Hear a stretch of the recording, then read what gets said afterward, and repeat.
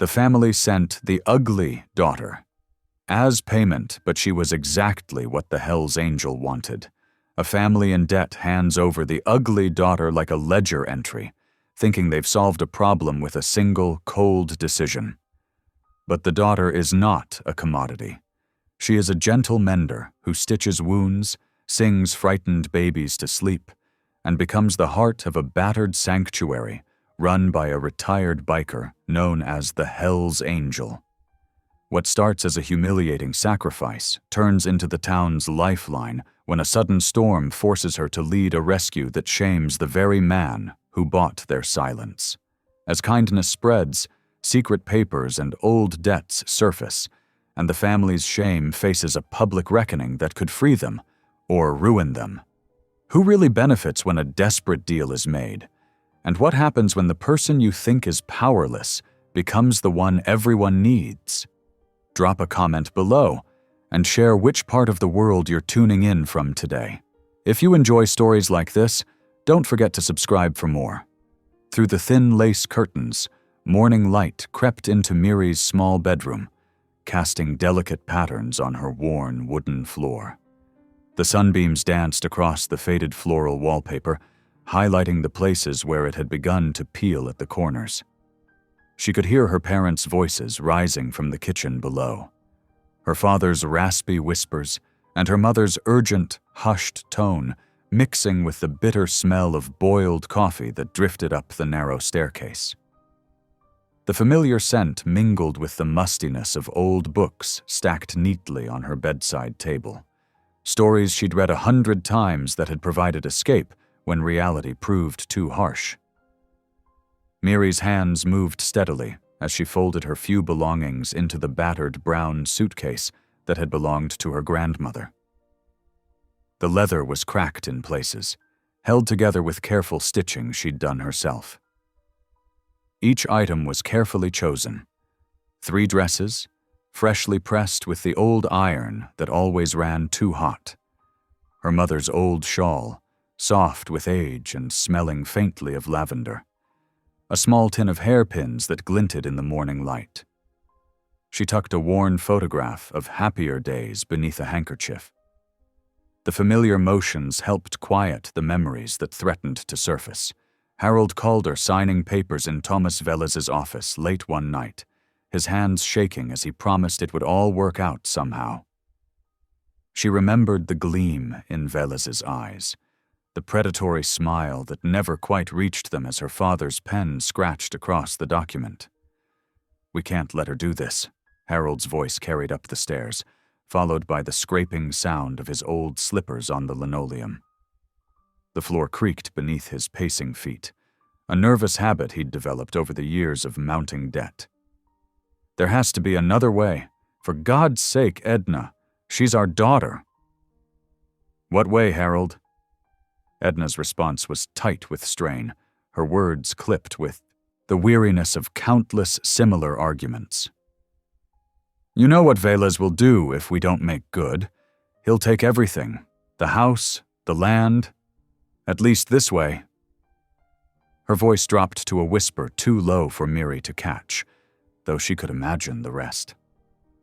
Miri touched her cheek where the scar ran from temple to jaw, a habit she'd developed over the years.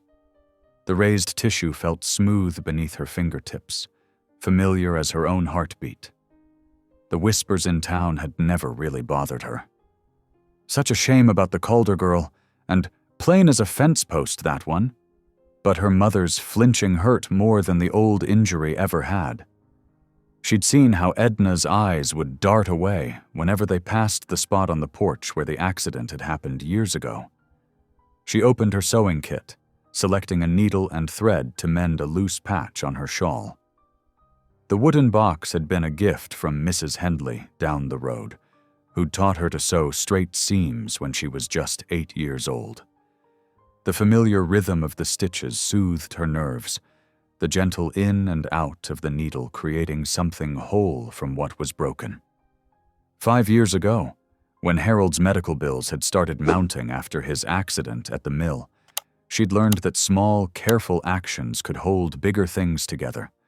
A stitch at a time, a day at a time. The argument downstairs continued in cycles, like a worn record. Edna's voice rose occasionally. The interest keeps growing every month, and he'll take the house and leave us with nothing. While Harold's responses grew more desperate. But she's our daughter, not some payment. The crack in his voice betrayed the shame that had hollowed him out these past years.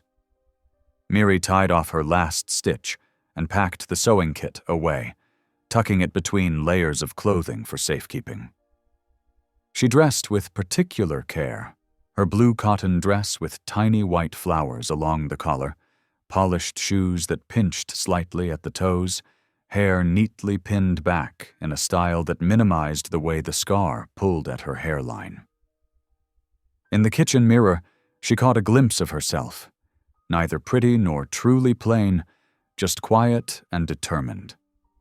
Her eyes, at least, remained unchanged, steady and clear as they had always been. "Miri, please," her mother said as she entered the kitchen, hands twisting a dishcloth into knots. Edna's face was drawn, the skin beneath her eyes paper-thin and shadowed. But Miri just picked up the small bundle of homemade bread she'd wrapped in a checkered cloth the night before. The last thing she could offer from this house. "The bus will be here soon," she said softly, her voice steady despite the tremor she felt in her chest. Harold's face crumpled, the lines around his mouth deepening into crevices of grief. "Daughter." The word hung in the air between them, heavy with all he couldn't say. But Miri was already stepping onto the front porch, the morning air cool against her face, carrying the scent of Mrs. Wilson's roses from next door. The old bus wheezed to a stop at the corner, right on schedule, its faded blue paint peeling just like the wallpaper in her room. She climbed aboard without looking back, nodding politely to the driver whose eyes skimmed over her scar before darting away. Clutching her suitcase and bread bundle close, she found a seat by the window. As the bus pulled away with a belch of black exhaust, she watched her childhood home grow smaller through the dusty window, while her parents' silhouettes remained frozen in the doorway, two diminishing figures against the peeling white paint of the only home she'd ever known. The bus rattled along the country roads, its worn suspension making every bump and dip felt through the threadbare seats. Miri sat near the middle, her suitcase tucked close to her feet like a faithful companion, one hand resting protectively on its scuffed surface. Through smudged windows, streaked with morning dew, she watched familiar sights drift past. Robertson's dairy farm, with its black and white Holsteins grazing in misty fields. The rusted tractors at Miller's sitting like tired sentinels among tall weeds. The faded blue and white awnings of Main Street shops just starting to open for the day. Their owners sweeping doorsteps with practiced strokes. "That's Harold Calder's girl," a whisper drifted from 2 rows back, just loud enough to reach her ears. "Going to Angel's place, I heard. Such a shame about her." The words trailed off, but their weight settled across Miri's shoulders like a familiar burden. She straightened her spine, slightly, keeping her eyes fixed on the passing landscape. Miri pulled a torn sleeve from her cloth bag, examining the frayed edges before threading her needle with practiced ease. The soft cotton thread slipped through her fingers as she made the first careful stitch. The gentle, rhythmic motion of stitching helped center her thoughts, as golden wheat fields gave way to tighter rows of weathered houses with sagging porches. She'd learned long ago that keeping her hands busy made whispers easier to bear. The steady in and out of the needle a meditation that carried her beyond curious glances and half-hidden comments.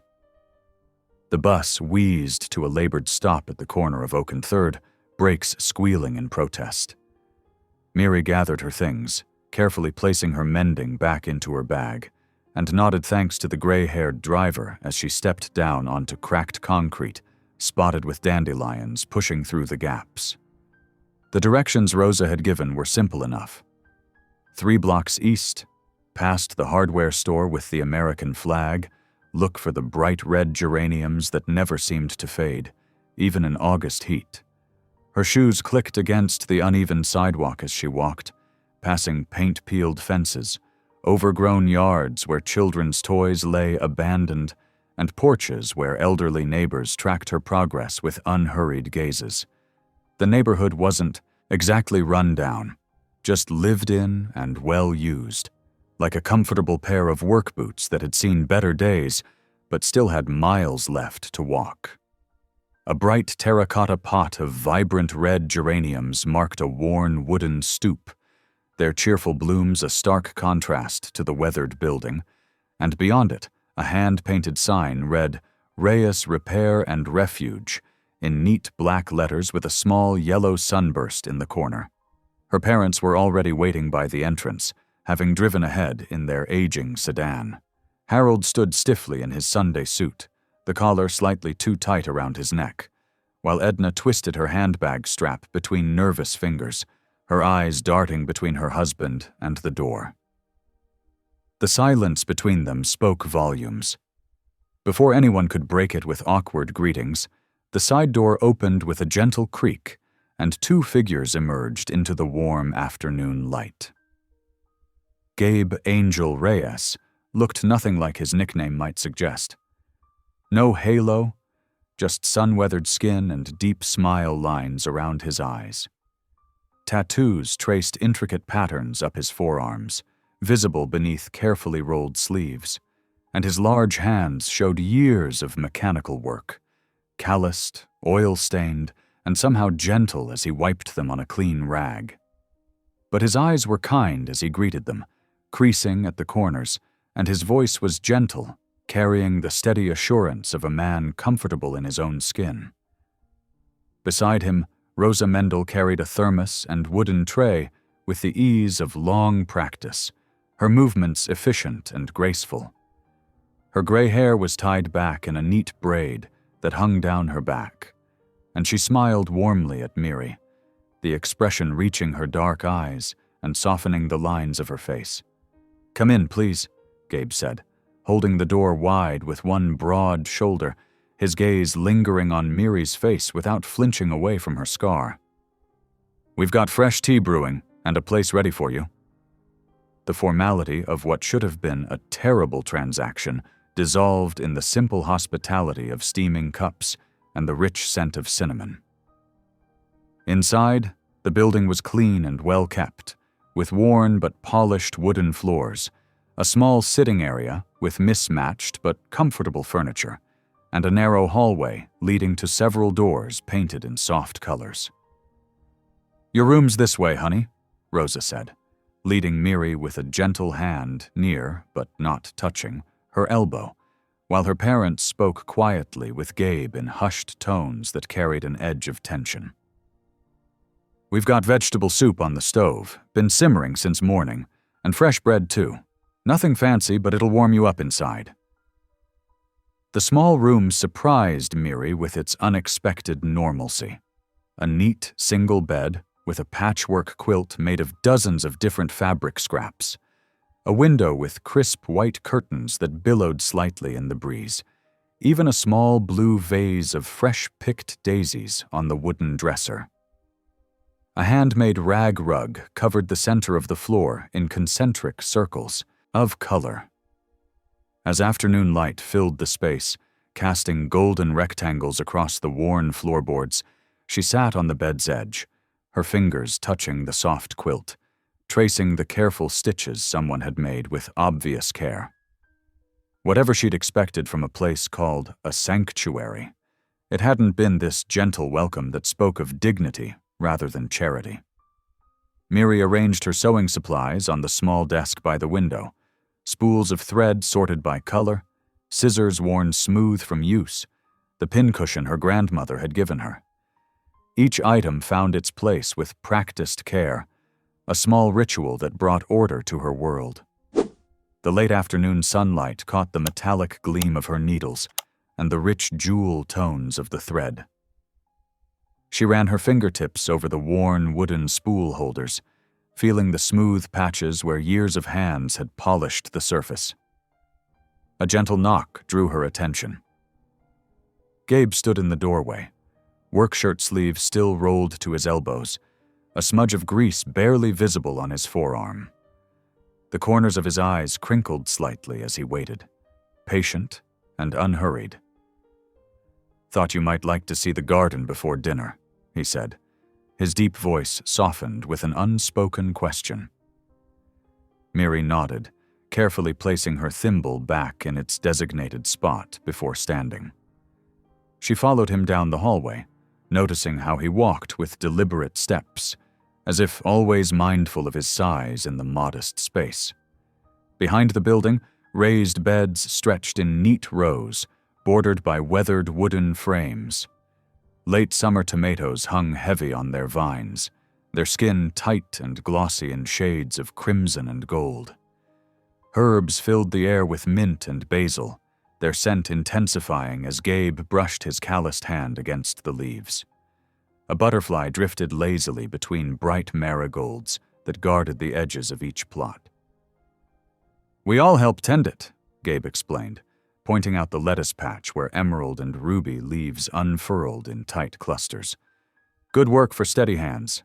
Keeps minds busy in the right ways."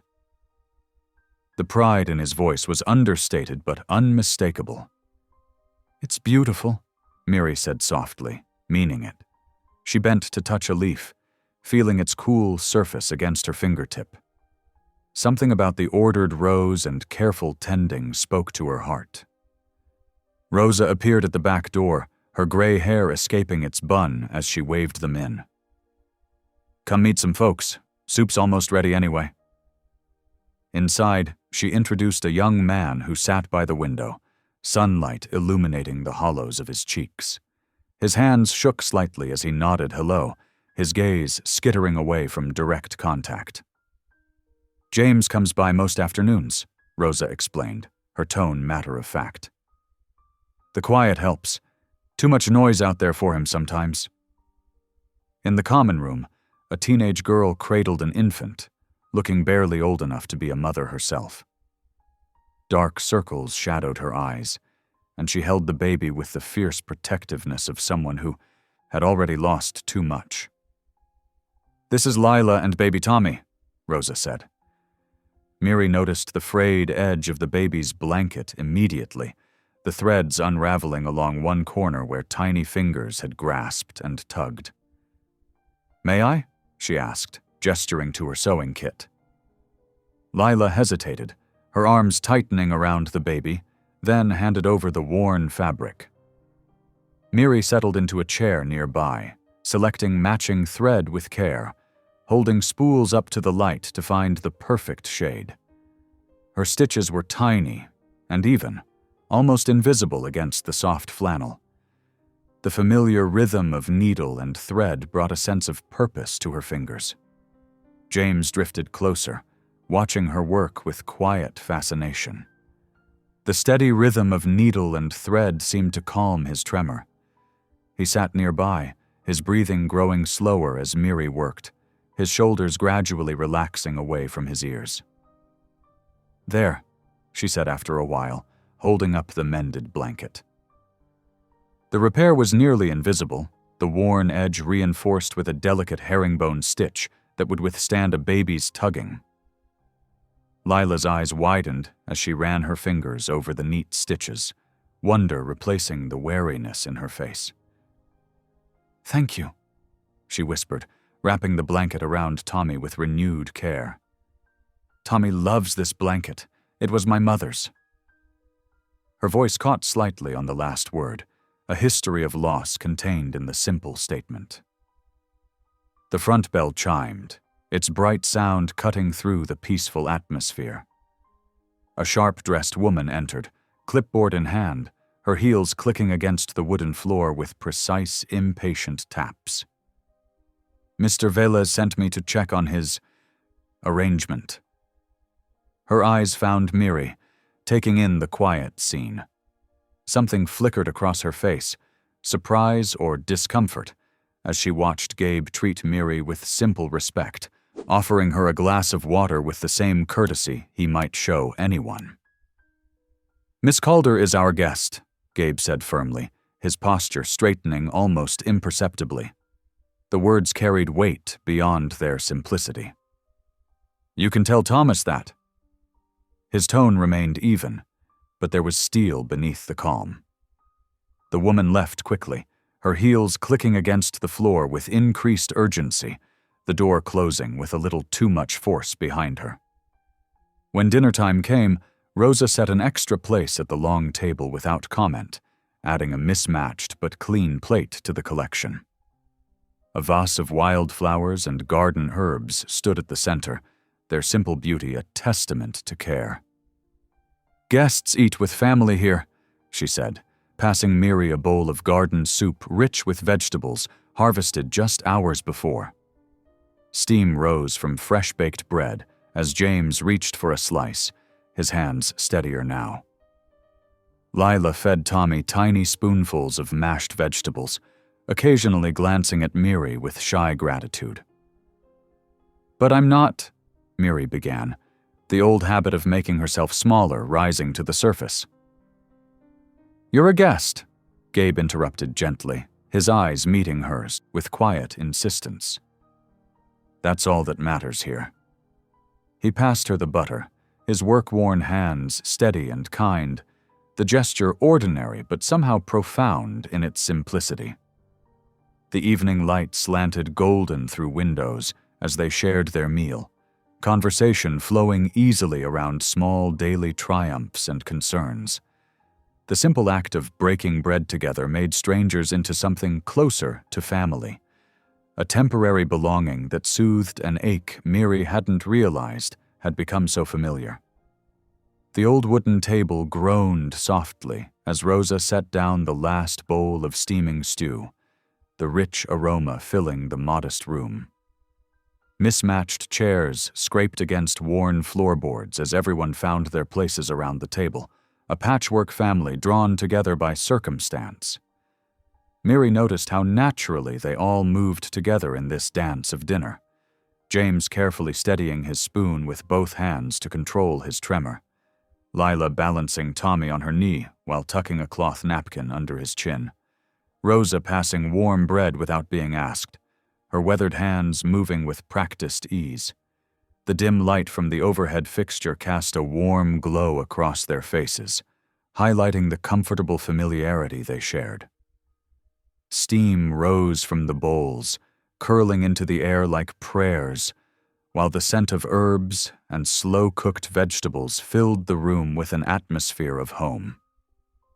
Harold lingered awkwardly by the door, his hat twisted in his hands until the brim had creased in several places, his shoulders hunched forward as though bearing an invisible weight.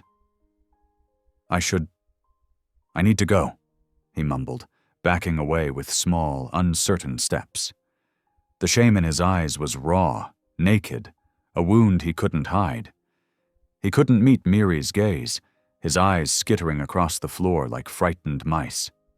Edna stood frozen halfway between Harold and the table, tears welling up in her eyes, turning them glassy in the soft light. Her hand fluttered to her throat, a gesture of indecision. But instead of following Harold, she squared her shoulders, pulled out a chair with a gentle scrape against the floor. Her voice wavered like a candle flame in a draft. May I stay for dinner?" The question hung in the air, heavy with years of choices and consequences. "Always room for one more," Rosa said simply, sliding over to make space, her no-nonsense tone masking the kindness of her actions. She reached for another plate from the stack without fanfare, as though Edna had always belonged at their table. They ate in comfortable quiet, broken by soft requests to pass dishes and gentle conversation about the changing weather and town happenings. No one pressed for explanations or stories. Miri watched how they gave each other space, both physical and emotional, a courtesy she'd rarely experienced. When James's hand trembled too much to lift his spoon, sending ripples across the surface of his stew. No one stared or commented. Rosa just quietly switched his bowl for one with handles that was easier to grasp, doing it so smoothly it seemed like part of the natural flow of dinner. The clink of spoons against bowls created a soothing rhythm, punctuated by Tommy's occasional baby babble. Edna ate slowly, savoring each bite as though it might be her last welcome meal. After dinner, while Rosa and Lila cleared dishes with a synchronized efficiency born of routine, Gabe gestured for Miri to join him by his workbench in the corner. Tools hung in neat rows on the wall, each in its designated spot, testimony to a man who valued order in at least one part of his life. The smell of metal and oil mingled with wood shavings, creating an earthy perfume that Miri found oddly comforting. "I know what it's like," he said quietly, running a calloused hand over a motorcycle part he was fixing, his fingers tracing the contours of the metal with familiarity. "Having people look at you and decide who you are before knowing you." His fingers moved from the part to absent-mindedly trace old tattoos that curled up his forearms, faded blue ink telling stories he wasn't ready to share. In the shadowy light, they looked like rivers on a weathered map. "Sometimes," he continued, choosing his words carefully, each one measured and weighed before being released, "the hardest wounds to heal are the ones people can't see. Took me years to learn that. Made some mistakes along the way? Bad ones?" He fell silent, leaving the weight of unspoken history hanging between them like a physical presence. His eyes, focused on the work before him, held depths of experience Miri could only guess at. Miri touched her scar absently, the raised line that curved from temple to jaw, feeling its familiar ridge under her fingertips. "I was 7, she said, her voice soft but steady. "Dad's old truck. The door latch was broken. He kept saying he'd fix it." She shrugged slightly, a small movement that carried years of acceptance. "One sharp turn and—" "That when people started calling you ugly?" Gabe's voice was gentle but direct, without pity or discomfort, just simple acknowledgement of truth. "Pretty much." Miri picked up a wrench from the workbench, turning it over in her hands, feeling its solid weight and cool metal against her palm. "Mama taught me to sew while I was healing. Said I needed to keep my hands busy so my mind wouldn't wander to dark places. Started doing mending for neighbors. Gave me something useful to focus on when the whispers got too loud in the school hallways or at church socials." "You learned to fix things," Gabe observed, a hint of admiration warming his gruff tone. "Same as me." "Different kinds of repairs," Miri smiled faintly, setting the wrench back exactly where she'd found it. "But yes, broken things have always made more sense to me than people." Later, in her small room, with its simple cot and hand-sewn curtains fluttering in the night breeze, Miri lay listening to the quiet sounds of the house settling. The wooden beams creaked softly as they cooled from the day's heat. Down the hall she could hear Tommy's soft baby snores, innocent and trusting. James's steady footsteps as he paced the floorboards, unable to sleep, counting steps like others count sheep. The distant hum of Gabe's radio from his workshop played old country songs barely audible through the walls. She traced the outline of her scar in the darkness, feeling its familiar contour without the judgment that usually accompanied it. Her fingers moved to the small mending kit beside her bed, her constant companion through years of moving from place to place. For the first time in years, she felt her shoulders fully relax into the mattress, tension seeping out like water from a cracked vessel. Here, somehow, her scar didn't define her. Her ugliness wasn't a weapon or a judgment whispered behind hands or shouted across playgrounds. She was just herself. Miri, a person with skills and value beyond her appearance. As sleep crept closer, Wrapping around her like a well-worn quilt, Miri realized that in this unlikely sanctuary of mismatched people and second chances, she felt something she'd almost forgotten existed. Safe. Truly safe. The feeling settled into her bones, unfamiliar but welcome, like coming home to a place she'd never been before. The next morning, 2 hours before sunrise, the scent of fresh coffee pulled Miri from sleep before dawn had fully crept into the sky. She blinked away the heaviness of slumber, her body still aching from yesterday's work, but somehow feeling more rested than she had in weeks. The floorboards creaked softly under her bare feet as she found her way to the kitchen, where Gabe stood at the old stove, his broad shoulders hunched over a steaming pot. Morning light was just beginning to filter through the worn curtains, casting long shadows across the well-used countertops. "Morning," he said without turning, somehow sensing her presence. "Coffee's ready if you want some." His voice was morning rough but gentle, like he was careful not to shatter the quiet. The mug he handed her was chipped along the rim but scrubbed clean, the coffee inside strong enough to chase away the last wisps of sleep. It warmed her hands pleasantly as she wrapped her fingers around the ceramic. Through the kitchen window, Miri watched the sky slowly brighten from deep purple to blushing pink, clouds catching fire at their edges as the sun inched its way upward. Birds began their morning songs, a melody that seemed to welcome the day. "Looks like it'll be clear today?" she murmured, more to herself than to Gabe. He nodded, leaning against the counter with his own mug. "Good day for working, then." After a simple breakfast of toast and eggs, Gabe beckoned her to follow him. "First lesson," he said, leading her to his workbench in the back room. Tools of all shapes and sizes hung on the wall in meticulous order, each one with its designated place. He picked up a wrench, its metal dulled, with age and use, tiny nicks marking its long service. Everything needs maintenance, even tools that fix other things. Nothing lasts if you don't take care of it. He showed her how to apply oil in slow, careful strokes, explaining the importance of each movement, the way to listen for the right sounds as metal parts moved against each other. "This one's been with me 20 years, he told her, a hint of pride in his voice, outlasted 3 trucks and 2 motorcycles. By mid-morning, when the sunshine had gained strength enough to warm the sanctuary's front rooms, Rosa appeared at the door with 3 cardboard boxes of donated clothes.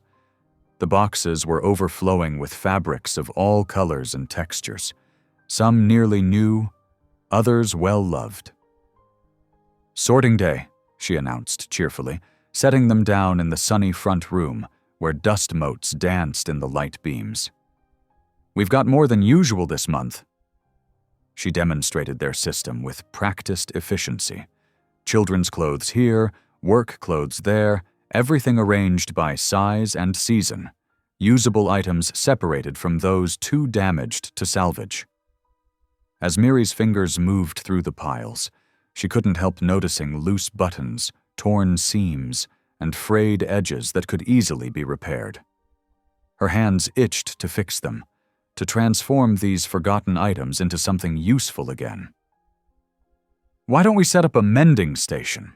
she suggested quietly, looking up at Rosa. "I could teach others while we work. Most of these just need simple repairs." Rosa's eyes lit up with excitement. "Perfect! That's exactly what this place needs. Your skills put to good use. We've been throwing away clothes that could have second lives." Word spread quickly through Rosa's network of neighborhood connections.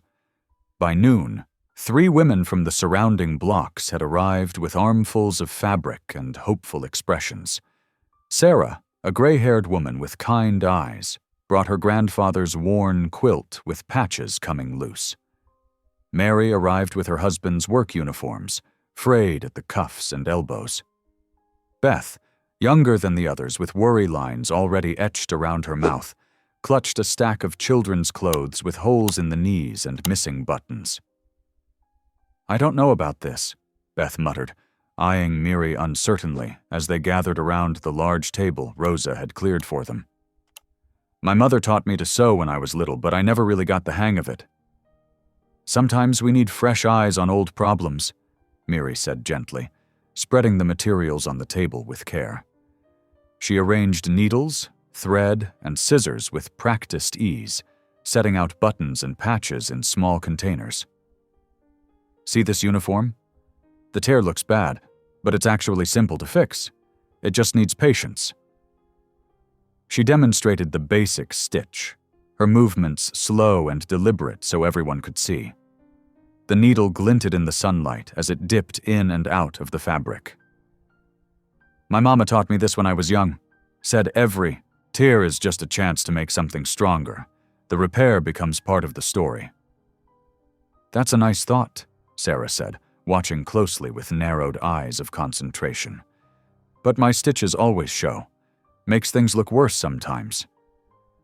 "Mine too at first," Miri smiled, remembering her own clumsy early attempts. "Here's a trick." She showed them how to hide the thread, making repairs nearly invisible, the way to match colors and textures so the mending blended seamlessly with the original fabric. As they worked, fingers busy with thread and needle, the conversation flowed easier. Beth shared stories about her children's adventures and mishaps, explaining why certain clothes had worn through. Mary talked about her husband's factory job and how hard the work was on his clothes. Sarah described the quilt's history through 3 generations, each patch holding a memory of someone long gone but still loved. The room filled with laughter and the soft rustle of fabric, sunlight warming their shoulders as the afternoon stretched on.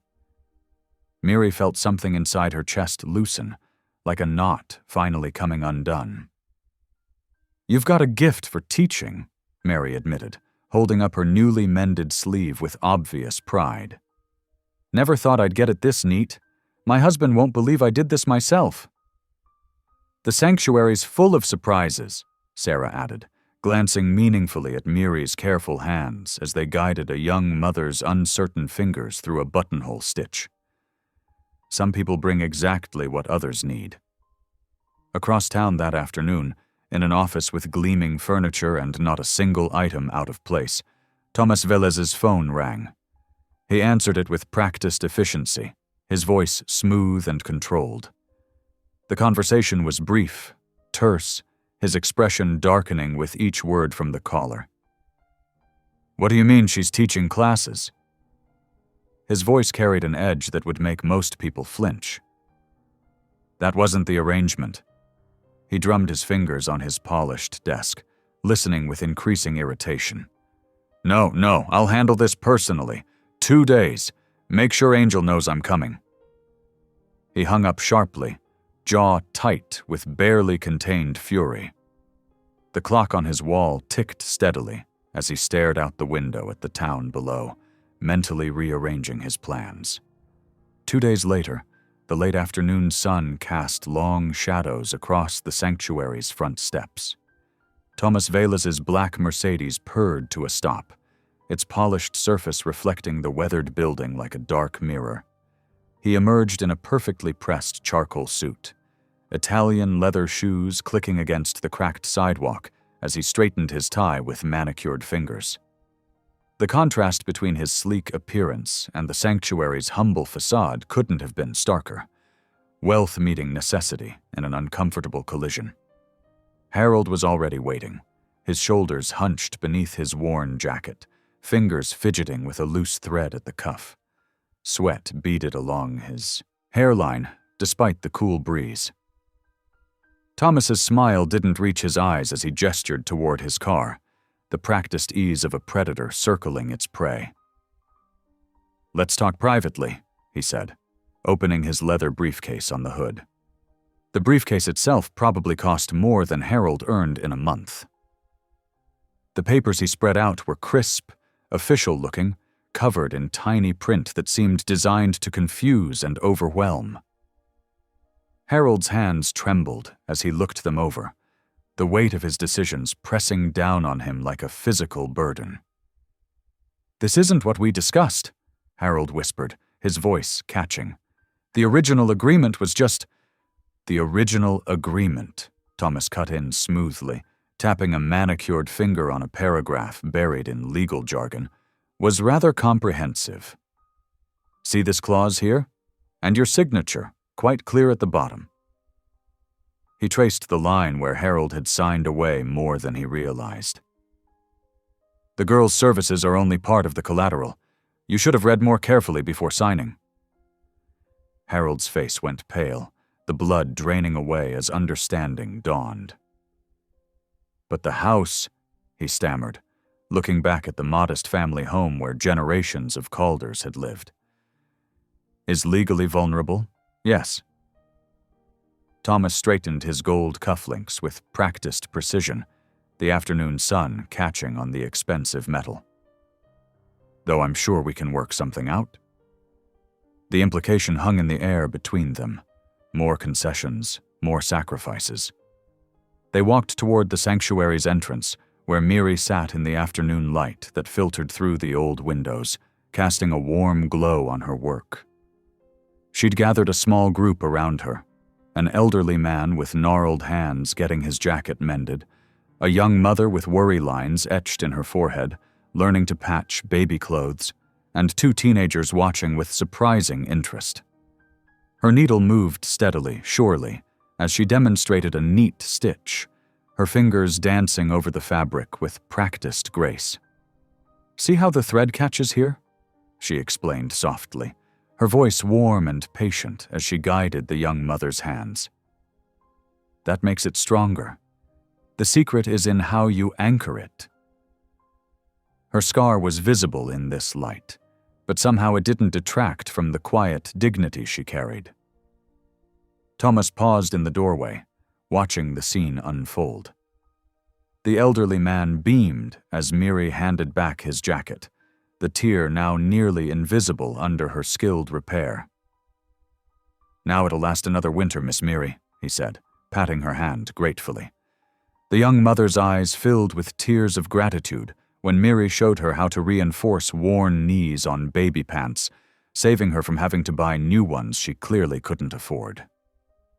"She has unexpected value," Thomas murmured, his calculated gaze taking in the scene, assessing Miri like one might appraise artwork at an auction. There was something almost like respect in his voice, though it was tangled with the cold. Calculations of profit. Gabe stood at his workbench across the room, pretending to focus on an engine part while keeping one eye on Thomas. His large hands moved methodically over the metal, but his attention was fixed on the unwelcome visitor. He noticed how the man's predatory stance softened slightly as he observed Miri's gentle influence on the group, how the atmosphere in the room had transformed under her quiet guidance. "I'll need to file some adjustments," Thomas finally announced, snapping his briefcase shut with a decisive click before turning to leave. "Good day, Mr. Calder. Miss Calder?" His nod to Miri was almost respectful, though his eyes held the cold assessment of someone tallying figures. That evening, Harold paced his living room, running his hands through his thinning hair until it stood on end. The setting sun threw strange, elongated shadows on the walls that might not be his much longer. Framed family photos watched him accusingly from the mantel as he moved back and forth across the worn carpet. He pulled out the contract copy Thomas had left him, reading it over and over until the words blurred together, each paragraph revealing new layers of his terrible mistake. "What have I done?" he whispered to the empty room, his voice breaking. "What have I done?" The question echoed off the walls with no answer forthcoming. In the kitchen, dishes from a half-eaten meal sat forgotten as panic overtook him. Back at the sanctuary, Miri cleared away her sewing supplies, carefully winding thread, and organizing needles with the precision of someone who values even small possessions. She was unaware of the legal noose tightening around her family, humming softly as she worked. The day's mending had left her tired but satisfied, the simple joy of helping others evident in her peaceful expression. But Gabe had seen enough. His jaw had been tight since Thomas's visit, his instincts from a rougher life screaming warnings he couldn't ignore. After dinner, when the last visitor had left and the building had settled into evening quiet, he pulled out his phone and dialed an old contact from his previous life, stepping onto the back porch where the conversation wouldn't be overheard. "Hey, need you to look into someone," he said quietly, moving away from the others, his voice dropping into the gruff tone of his past. "Thomas Veles." "Yeah, I need everything. Business dealings, court records, paper trail. Something's not right here." His free hand clenched into a fist as he remembered Thomas's predatory smile. "Yeah, I know it's been a while, but this is important." He watched Miri through the window as she taught Rosa a complicated stitch pattern at the kitchen table, her face peaceful in the lamplight, fingers moving with grace and purpose. Rosa's laughter drifted through the glass as she fumbled with the thread, Miri patiently showing her again. The sight strengthened his resolve to uncover whatever Thomas had buried in those documents. Some things were worth protecting, no matter the cost. The morning sun had barely cleared the horizon when Gabe pulled up to the town records office in his old pickup truck. The building's brick facade looked dull in the early light, its windows still dark. He checked his watch, 15 minutes until opening. Rosa's sedan rolled up beside him. She had a notepad tucked under her arm and determination in her eyes. "I've got appointments with 3 people who dealt with Thomas last year," she said, "starting with Mrs. Chen at the bank." "Good. I'll dig through the property records first." Gabe's jaw tightened. Something about those papers Harold showed me yesterday wasn't right. Inside the records office, Gabe spent hours hunched over dusty files. His fingers, more used to engine grease than paper cuts, carefully turned pages of property deeds and loan documents. The clerk, Martha, brought him coffee without asking. She'd known him since he'd first opened the sanctuary. "Found anything interesting?" she asked, peering over his shoulder. Gabe held up 2 documents side by side. "Harold Calder's signature. This one's from 3 years ago, this one's from last month. Look at how different they are." Martha adjusted her glasses. "The newer one looks shakier. Was he sick?" "That's what I'm trying to figure out." Across town, Rosa sat in Betty Watson's small kitchen. Betty had worked as a bank teller until last year, and her memory was sharp as ever. "Oh yes, I remember that day clearly," Betty said, stirring her tea. "Harold came in looking awful, pale, sweating. Flu," he said. But Thomas was right there with him, rushing him through the paperwork. Rosa's pen scratched quickly across her notepad. "Did anything seem unusual about the transaction?" "Well," Betty leaned forward. "The dates were odd. Some papers were dated for the next week, but Thomas had Harold sign them right then." Back at the sanctuary, Miri's quiet strength drew people like a warm hearth. She sat with Jimmy, the young veteran whose hands shook too much to fill out his VA forms. "Here," she said gently. "Let me help you write this part." Later, she found Lila crying in the garden. The young mother's baby wouldn't stop fussing, and she was at her wits' end. Miri took the infant, swaddled her in a freshly mended blanket, and showed Lila a gentle swaying motion that soon had the baby sleeping peacefully. "You're an angel," Lila whispered, wiping her eyes. "No, just someone who's learned a few things." Miri smiled. "Hey, would you help me put up these flyers? I'm organizing a Saturday sewing circle. Everyone's welcome to bring things that need mending." By early afternoon, word of the sewing circle had spread through town. The diner owner posted a flyer in his window. The grocery store manager asked if she could bring her grandmother's quilt. Gabe returned to the sanctuary with a thick folder of copied documents. He found Rosa waiting on the front steps, her notepad full of damning details. 3 different people remember Harold being sick when he signed, she said, and the bank stamps don't match the dates on half these papers. Gabe's expression hardened as he spread out the copies. Look at this. The property deed transfer is dated before the loan default notice. That's not legal. Tomas got sloppy, Rosa said. He never expected anyone to look closely. They moved to Gabe's office, laying out all the evidence. Through the window, they could see Miri teaching a young girl how to hem a dress, her patient hands guiding the child's fingers. We've got enough to challenge him legally, Gabe said, squaring his shoulders. I won't let him hurt this family anymore. Rosa nodded, gathering the papers into a neat stack. I'll call my cousin at the legal aid office. We'll need to move carefully, but we've got him, Gabe. We've got him. As evening settled over the sanctuary, people began trickling in with armfuls of fabric and worn clothing. The community room filled with the soft murmur of conversation and the scrape of chairs being arranged in a circle. Miri had set up 3 folding tables with neat rows of thread, needles, and scissors. Mrs. Peterson arrived first, clutching her husband's old work shirts. These elbows are completely worn through, she said, spreading them out. I just couldn't bear to throw them away. We can fix those, Miri said, demonstrating how to cut proper patches. Her hands moved steadily, showing the right way to pin fabric in place.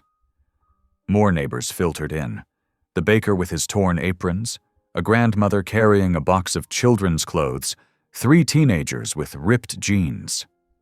Rosa brought coffee and a plate of cookies, and the atmosphere grew warm and friendly. Now, for buttonholes, Miri explained to the group. You want to make your stitches nice and tight. She guided Sarah Miller's fingers as the young girl practiced on a scrap of fabric. That's it, small and even. Laughter rippled through the room when Mr. Jenkins held up his attempt at darning a sock, the stitches comically uneven. Well, at least it's closed, he chuckled. Here, let me show you again, Miri offered, her quiet confidence drawing people in. She never criticized, only encouraged and demonstrated with infinite patience. Between projects, recipes were swapped along with stories. Mrs. Turner shared her secret for apple butter while carefully hemming a tablecloth. The teenage girls giggled over school gossip as they learned to patch their jean knees. You know, said Eleanor Barnes as she worked on a quilt, your father Harold helped us something fierce when Tom was in the hospital last year. She glanced at Miri. Brought us meals every day for a week, wouldn't take a dime for it. Never saw a kinder soul when folks were down on their luck. The room grew quietly thoughtful. Several people nodded, remembering their own experiences with Harold's generosity. That's why none of this makes sense, Eleanor continued softly, her needle pausing. The Harold I know would never... She trailed off, shaking her head. Miri kept her eyes on her work, but her fingers trembled slightly as she threaded a needle. Around her, the conversation shifted to other topics, but Eleanor's words hung in the air like invisible threads, weaving doubt through previous assumptions. As the evening wound down, people gathered their mended items with genuine thanks. The room slowly emptied, leaving behind the peaceful aftermath of shared work and connection. Miri noticed Gabe's work coat hanging by the door, the sleeve starting to fray at the cuff.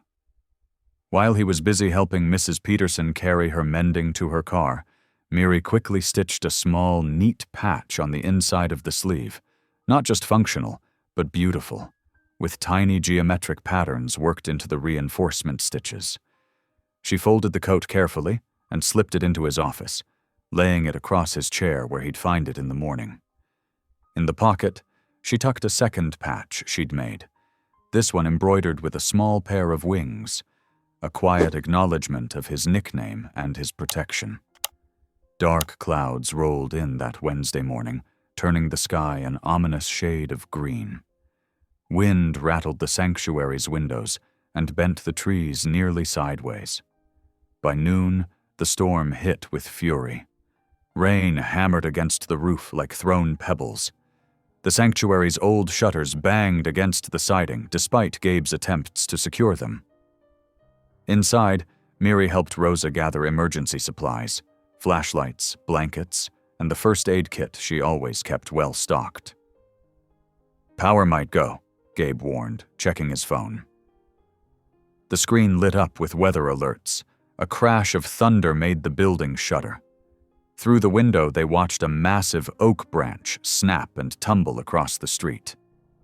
The phone rang, Mrs. Chen from the corner store, her voice tight with panic.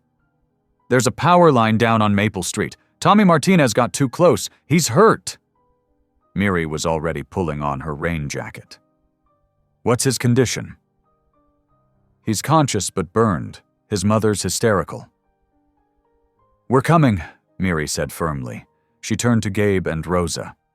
"We need the truck and the big first aid kit." They moved with practiced efficiency. Gabe grabbed his keys while Rosa packed additional supplies. Miri gathered burn dressings and sterile gauze. The rain stung their faces as they rushed to the scene.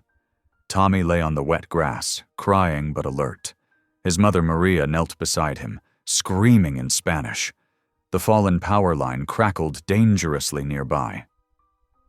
"Maria," Miri called softly, approaching with steady steps. "Let me help him." She knelt in the mud, her movements calm and sure. "Tommy, I'm going to look at your arm now, okay?" The boy nodded, hiccuping through his tears. Miri examined the electrical burn on his forearm, while speaking in a soothing voice. "You're being so brave. Can you wiggle your fingers for me?" While Miri assessed Tommy, Gabe called the power company and secured the area. Rosa helped direct traffic away from the hazard. "He needs the clinic," Miri told Maria. "The burn isn't severe, but it should be properly treated." She turned to Gabe. "Can you drive them?" Gabe nodded, already helping Tommy to his feet. Maria clung to Miri's hand. "Come with us, please." "Rosa and I need to help here," Miri said gently. "But I'll check on Tommy later. I promise." As Gabe's truck disappeared toward the clinic, Miri and Rosa turned their attention to the gathering crowd. They organized volunteers to place warning signs, distributed emergency information, and helped elderly neighbors secure their homes against the worsening storm. Word spread quickly about the sanctuary's quick response. By late afternoon, as the storm began to ease, people kept stopping by to thank them. "If Miri hadn't known exactly what to do," Mrs. Chen said to a small group outside her store. "And did you see how she calmed Maria down?" added Mr. Patterson. "That girl's got a gift." A reporter from the local paper had shown up during the excitement. She scribbled in her notebook, clearly impressed by the sanctuary's coordinated emergency response. Through it all, Thomas Velez sat in his parked car across the street, watching. His expression shifted between calculation and frustration as he observed Miri's capable handling of the crisis and the town's obvious appreciation. The final straw came when he overheard the reporter interviewing Mrs. Chen. "The sanctuary's become a real blessing to this community," she was saying, "especially that Mira Calder, such a skilled and caring young woman." Thomas's jaw tightened. He started his car with an angry twist of the key, tires splashing through puddles as he drove away. His phone was already in his hand, calling his lawyer. The storm had changed things, but not in the way he'd expected. As Thomas disappeared down the rain-slick street, the gathered townspeople continued to praise the sanctuary's actions. Their perspective on Miri clearly shifted from pity to genuine respect. The morning sun barely penetrated the heavy clouds still lingering from yesterday's storm. Inside the courthouse, Thomas's polished shoes clicked against marble floors as he filed his civil complaint. The paperwork was precise, demanding either custody of Miri or substantial financial compensation for what he claimed was a breached contract. At the Calder house, the notice arrived just before breakfast. Harold's hands shook as he read it, coffee growing cold beside him. When Edna saw his face, she knew. "What have you done?" she whispered. Harold crumpled onto their worn kitchen chair. "I didn't understand the papers he made me sign. There were so many bills after my surgery." Edna grabbed her coat. "We have to talk to Miri." The sanctuary was quiet when they arrived.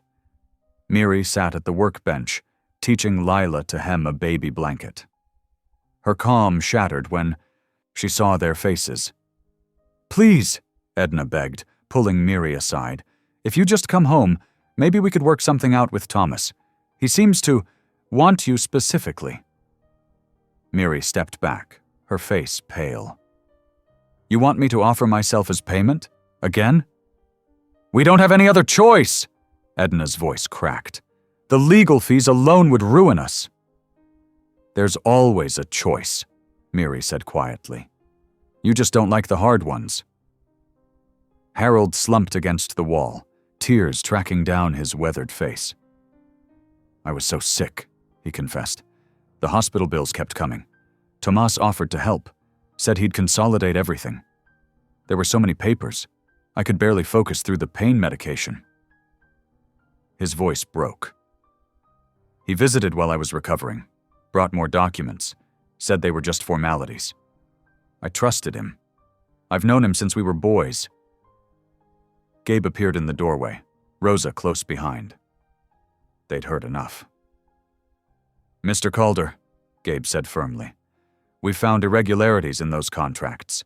Signatures that don't match, dates that don't line up. But we need you to come forward. Tell people what really happened." "Who would believe me?" Harold asked bitterly. "The town knows you," Rosa interjected. "They remember your generosity before you got sick, and they've seen how Thomas operates." "Dad," Miri said softly, "you can make this right." Before Harold could respond, the sanctuary's door swung open. A courier delivered an official-looking envelope, Thomas's legal notice demanding immediate action. Gabe read it quickly, jaw tight. "He's trying to force our hand." "Then we force back," Rosa declared. "With the truth." Harold looked at his daughter, really looked at her, perhaps for the first time since this nightmare began. Her quiet strength, her unflinching dignity despite everything they'd done. Shame and resolve warred on his face. "I'll do it," he said finally. "I'll tell everyone what happened. What I let happen." Edna reached for his hand, her anger softening. "We both will." The notice lay on Gabe's workbench, its legal threat somehow less menacing in the warm light of the sanctuary.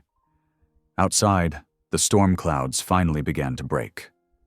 3 days later, the noon sun blazed overhead as Gabe and Rosa walked purposefully into the town's business district. Under Rosa's arm was a worn leather portfolio stuffed with documents, their ammunition against Thomas's schemes. "You sure about this?" Gabe asked, his work-worn hands flexing nervously. Rosa nodded firmly. "Mrs. Chen from the clerk's office confirmed everything. The ledger entries don't match the official records." They pushed through the heavy glass doors of Thomas's office building. The reception area gleamed with fake prosperity, all chrome and plastic plants. The receptionist recognized them immediately. "Mr. Velas is in a meeting," she started, but Rosa stepped forward. "He'll want to see this," she said, pulling out the ledger, "and we'll wait." 20 minutes later, they sat across from Thomas in his corner office. He lounged in his leather chair, the picture of practiced ease, but his eyes kept darting to the documents on his desk. "These allegations are ridiculous," he said smoothly. Harold Calder signed a perfectly legal agreement. Did he? Gabe laid out 3 signature samples. Because Mrs. Patterson, you remember her, taught handwriting analysis at the high school for 30 years, she noticed something interesting. Rosa pointed to the signatures. The strokes are different. The pressure points don't match. And the dates? She opened the ledger. According to Mrs. Chen, you weren't even in the office when this was supposedly signed. You were pressuring Harold at his house while he was on pain medication. Thomas's confident smile flickered. That proves nothing? A knock at the door made them all turn. Martha Weber, one of Thomas's former clients, stood there with Mrs. Chen from the clerk's office. It proves everything, Martha said quietly. Because you did the same thing to me last year. Caught me when I was desperate, made me sign papers I couldn't read properly. Mrs. Chen stepped forward, her gray hair neat as her precise manner. I've kept records, Mr. Velez. Every irregular transaction, every missing document, every signature that didn't quite match. The color drained from Thomas's face. He reached for his phone. This is harassment. I'll have you all... You'll what? Rosa asked. Take us to court? Where all these records will become public? Where people can testify about your patterns of exploitation? Gabe stood, his presence filling the room. The contract with Harold is void. Leave Miri and the sanctuary alone. Thomas's facade cracked. Rage flashed across his face. You think you've won?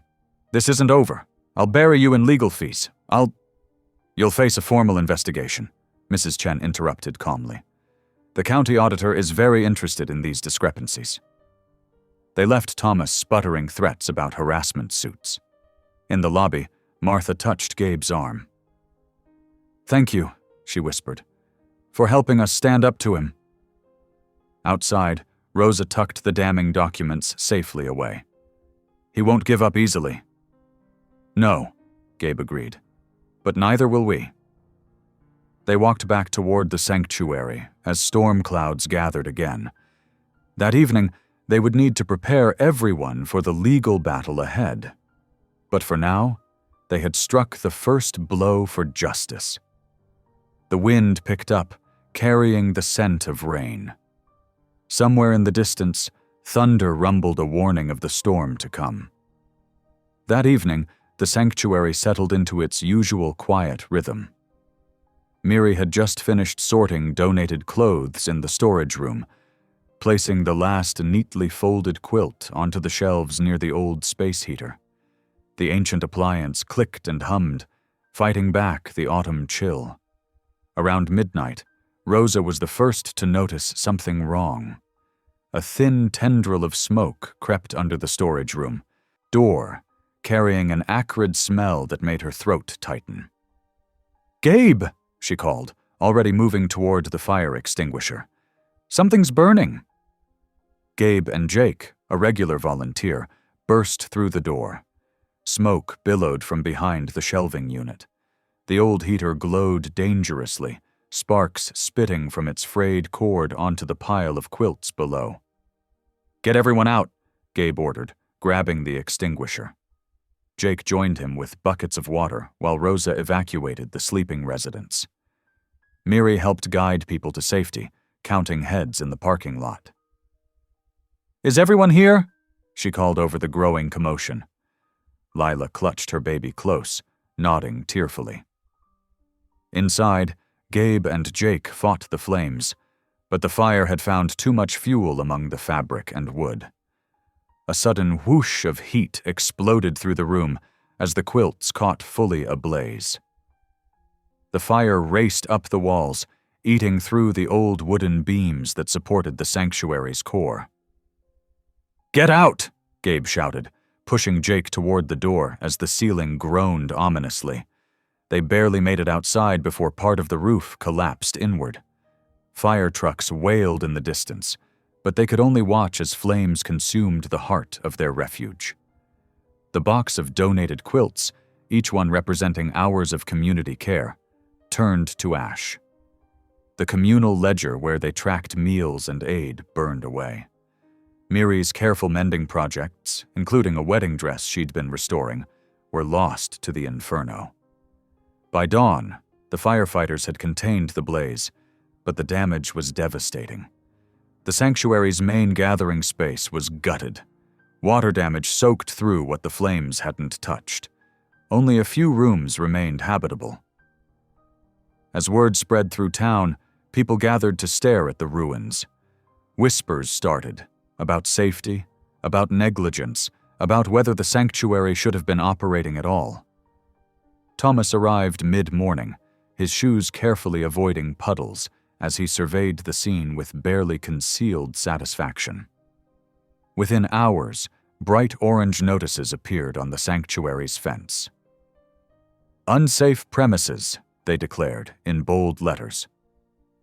Thomas had already filed for an emergency injunction, citing the fire as proof that the sanctuary was a hazard that needed to be shut down. Miri and Gabe stood in what remained of the storage room as cleanup crews worked around them. Soot streaked their faces, and exhaustion bent their shoulders. A half-burnt quilt crumbled in Miri's hands, one she had helped an elderly neighbor stitch just days ago. "All that work," she whispered, her voice rough from smoke. "All those people who trusted us with their things, their stories." Gabe stared at the blackened beams overhead, his usual strength seeming to fade with each passing moment. The sanctuary had been his redemption, his way of making something good in the world. Now it lay in ruins around them. A few precious items had survived in the untouched rooms. Photo albums, some personal belongings, the documentation about Thomas's schemes. But the heart of what they'd built, the warm and welcoming space where people found hope and healing, was gone. They stood there together amid the ash and debris, too tired even for tears, as the morning sun cast long shadows through the broken roof. Dawn brought a cold mist and the acrid smell of wet ash. Miri picked her way through the sanctuary's charred remains, her headlamp cutting through the gloom. Each step crunched on debris as she carefully documented what they'd lost, writing in a small notebook with trembling hands. 3 sewing machines, box of quilting supplies, Mrs. Henderson's wedding dress restoration. Her voice cracked on the last item. The sound of engines made her look up. Tom, the young veteran whose tremors she'd helped calm, pulled up in his battered pickup truck. Without a word, he grabbed work gloves from the cab and started loading debris. "Let me help," Rosa called, appearing with a thermos of coffee and a box of disposable cups. She set up a makeshift refreshment station on a folding table, the steam rising like hope in the cold morning air. More vehicles arrived. Neighbors emerged with buckets, brooms, and determined expressions. Even those who'd whispered doubts yesterday now rolled up their sleeves to help. "We saved what we could," Gabe said quietly, joining Miri with a stack of salvaged papers. "The ledger evidence about Thomas is safe. It was in my office, thank God." Around noon, Sarah Martinez stood up at the hastily called town meeting, her baby daughter cradled against her chest. Her voice shook but grew stronger as she spoke. "Last month, my baby had a fever that wouldn't break. The clinic was closed and I was scared to death. Miri sat with us all night. She knew exactly what to do. Cool compresses, when to give medicine. She probably saved my little girl's life." Others began standing up, sharing their own stories. The baker whose uniform Miri had mended so he could keep his job. The elderly woman whose winter coat she'd repaired when she couldn't afford a new one. "She fixed my son's only suit for graduation," called Mrs. Peterson from the back. "She taught my daughter to sew," added another voice. The testimonies continued, a steady stream of small kindnesses that had changed lives. People began bringing forward what they could, mended clothes they'd learned to fix in Miri's classes, small donations, offers of labor and materials. While the community rallied, Gabe and Rosa met with Judge Harrison in his chambers. They spread out the evidence of Thomas's questionable practices, the irregular ledger entries, the forged signatures, the testimonies of pressure and exploitation. "Your Honor," Gabe said steadily, "we're requesting a temporary restraining order against Mr. Velez's harassment. His injunction attempt is retaliatory, based on fraudulent claims that we can prove." The judge studied the documents carefully, his weathered face giving nothing away. Finally, he looked up. "I'm delaying the injunction hearing for 30 days, he announced, "and Mr. Velez is to cease posting notices or approaching the property until this matter is properly reviewed." It wasn't a complete victory, but it was breathing room. When Gabe returned to the sanctuary, he found Miri directing a small army of volunteers. Someone had strung up work lights, and the cleanup was proceeding with quiet determination. "We've got time," he told her softly.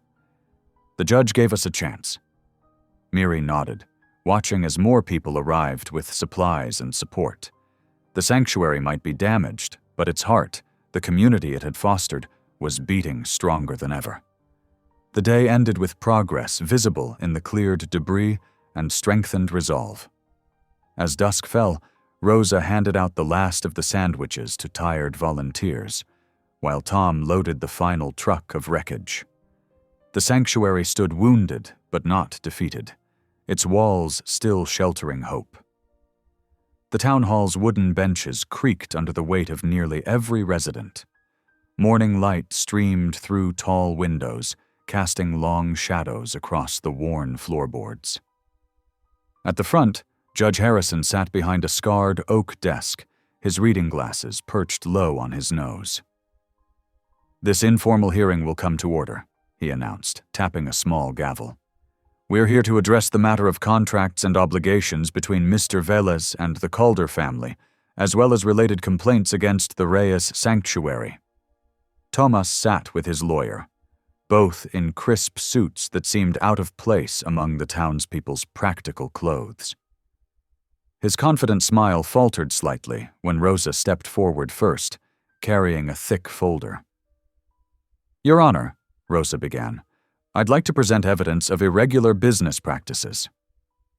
She laid out photocopied ledger pages, each marked with yellow sticky notes. "These show a pattern of predatory lending and questionable signatures." Thomas's lawyer stood quickly. "Objection. These are private business records obtained without authorization." "They're public records from the county clerk's office," Gabe countered, his voice steady. "Available to any citizen who asks." Mrs. Chen, the retired handwriting expert, approached the desk next. Her arthritis-curved fingers pointed to specific signatures. These supposed signatures from Mr. Calder showed distinct variations. In my professional opinion, at least 3 were not written by the same hand. More witnesses came forward. The bank teller who'd seen Thomas pressure clients. The clerk who remembered Harold signing papers while feverish with flu. Lila, the young mother, describing how the sanctuary had given her hope when Thomas had tried to seize her mother's house. Throughout it all, Miri sat quietly, her hands folded in her lap. She'd mended her best dress for the occasion, each stitch a small act of dignity. Then Harold stood, his shoulders hunched as if carrying a great weight, but his voice carried clearly through the hushed room. "I need to tell the truth," he said, his words trembling. "Last winter when Edna got sick, the medical bills kept coming. I was desperate. Mr. Velez offered what seemed like a simple loan." He pulled out a wrinkled paper from his jacket. "I signed this when I had a high fever. He said it was just a promissory note. I didn't understand." Harold's voice broke. "I didn't understand I was signing away my daughter's freedom as collateral." Murmurs rippled through the crowd. Harold turned to face Miri directly. "I'm so sorry, sweetheart. I was a coward. Instead of facing our troubles honestly, I let fear push me into something unforgivable." He approached Judge Harrison's desk, holding out the contract with shaking hands. "I hereby renounce this agreement. It was made under duress and false pretenses." The judge accepted the document while Thomas's lawyer whispered urgently to his client. The room waited as Judge Harrison read through it carefully. "Mr. Velis," the judge finally said, "given the evidence presented and Mr. Calder's testimony, I strongly suggest we discuss a quiet settlement. These contracts appear highly questionable, and a full investigation would not reflect well on your business practices." Thomas stood, his face flushed with anger. "I operate within the law, Your Honor. I won't be bullied by sob stories and amateur forensics. I demand my legal rights."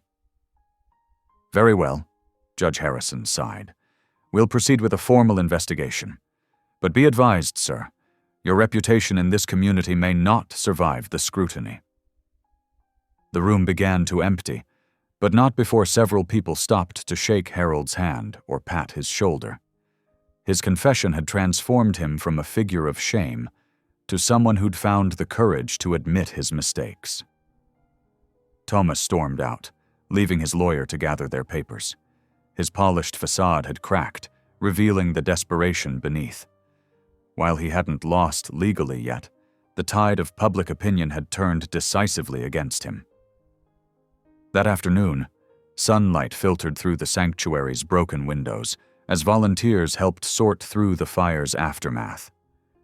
Miri knelt among scattered boxes, carefully separating salvageable items from the ash. Her fingers worked methodically, treating each damaged item with respect. "Even burnt things can tell stories," she murmured to Rosa, who worked beside her. As she lifted a charred cardboard box, something metallic clinked against the floor. Miri reached down and found a small silver locket, its surface tarnished but intact. The chain was broken, but the clasp still worked. "Look at this," she called to Gabe, who was stacking damaged furniture nearby. Harold, who had stayed to help after the hearing, stepped closer. His eyes widened. That was Margaret's. My first wife's locket. I thought it was lost years ago." With trembling fingers, Miri opened the locket. Inside, protected by the metal casing, was a carefully folded piece of paper. The handwriting was delicate but clear, dated 15 years earlier. "To whoever cares for our family next," Miri read aloud, her voice soft. "I write this knowing my time grows short. Remember always that true worth lies not in appearances or possessions, but in how we treat those who need us most." Harold sat heavily on a nearby chair, his face pale. Miri continued reading.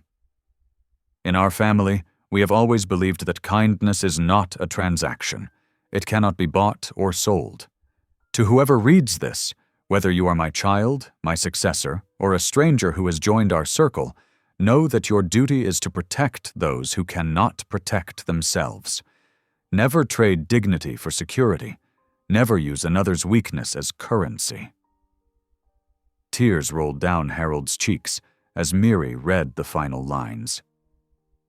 "If you remember nothing else, remember this. Our family's honor lies not in what we own, but in how we care for others. With love and faith in your conscience, Margaret Calder." The room fell silent except for Harold's quiet sobs. The letter had laid bare not just Margaret's wishes, but how far he had strayed from them. "I forgot," he whispered. "When things got hard, I forgot everything she taught us about dignity, about treating people as people, not possessions." Miri carefully folded the letter and approached her father. Harold slid from the chair to his knees, reaching for her hands. "Miri, my girl, can you ever forgive me? Not just for the contract, but for forgetting what our family stood for. For treating you like something to be traded?" Miri looked at her father, really looked at him, seeing both his weakness and his capacity for change. She squeezed his hands gently, but didn't pull him up. "I forgive you, Papa," she said clearly. But forgiveness doesn't mean things go back to how they were. I'm my own person now. I need you to understand that. Really understand it." Harold nodded, his shoulders shaking. "I understand. You've grown into someone your mother would have been proud of. Someone who remembers what I forgot." Miri helped him to his feet, but kept a careful distance. "We can build something new," she said. "Something based on respect. But I'll need your word, your true word this time, that you'll never try to make decisions about my life again." "You have it," Harold promised. "No more contracts, no more arrangements. You're your own person, just like Margaret would have wanted." The afternoon light caught the silver locket as Miri placed it in her pocket. It felt like a touchstone, a physical reminder of the moral compass they'd nearly lost. That evening, as dust settled on the sanctuary's worn floorboards, the community began to heal. The weekend brought a surge of support. Pickup trucks lined the street, loaded with lumber and supplies. Neighbors wielded hammers and paintbrushes, working in teams to repair the fire damage. "Hand me that level," Gabe called to Miri, who was organizing tools on a makeshift workbench. Their fingers brushed as she passed it, and they shared a small smile. The quilting circle gathered under a temporary tent, stitching together squares for what they called the Phoenix quilt. Patches donated from families across town, each telling a story of healing or hope. Lila, the young mother, contributed a square made from her baby's first blanket that Miri had mended. "This quilt isn't just fabric," Rosa explained to curious onlookers. "It's our community's promise to look after each other." Harold and Edna found their place in the rebuilding.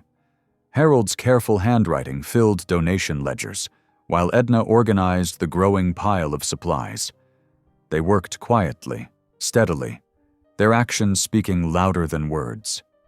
At the fundraiser auction 2 weeks later, the Phoenix quilt took center stage.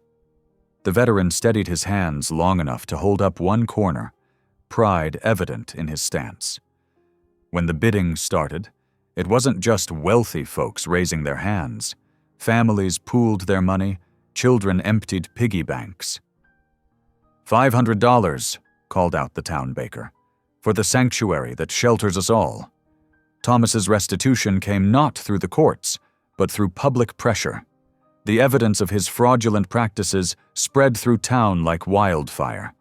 Faced with the threat of legal action and the loss of his reputation, he agreed to a settlement, paying back families he'd wronged and withdrawing his claim against the sanctuary. Between repair sessions, Gabe and Miri's connection deepened naturally, like morning dew gathering on grass. One quiet dawn, Gabe rolled out his old service motorcycle. "Time you learned to ride," he said, patting the seat. Miri's eyes widened, but she didn't hesitate. Under his patient guidance, she mastered the basics: the clutch, the throttle, the careful balance needed to stay upright. During breaks from rebuilding, Miri worked on Gabe's leather jacket, adding subtle strengthening stitches to worn seams. She embroidered a small angel wing on the inside collar, their private joke about his nickname. Breakfast became their ritual, simple meals shared in the sanctuary's kitchen before the day began. They didn't need many words. The comfortable silence said enough as they passed coffee and toast across the table. The sanctuary's reopening drew the whole town. Children raced through the freshly painted halls, while parents admired the restored woodwork. The Phoenix quilt draped perfectly over a recovered motorcycle seat, a symbol of beauty born from ashes. Gabe and Miri sat side by side on the workbench, adding one final touch to the quilt's corner. Their hands moved in sync as they stitched the sanctuary's new motto: "All are welcome, all are worthy." 3 months later, the sanctuary hummed with life. The town council's roster no longer listed Thomas's name, a quiet end to his influence. In its place was a new community oversight board dedicated to protecting the vulnerable. At a small ceremony on the sanctuary's porch, The mayor presented Miri with a Civic Service Award. She accepted it with characteristic grace, wearing the same patched shawl she'd arrived in, now a symbol of strength rather than poverty. The veteran had stopped trembling when he worked on engines. Lila's baby took her first steps in the sanctuary's garden. Harold and Edna volunteered 3 days a week, their quiet service gradually rebuilding trust.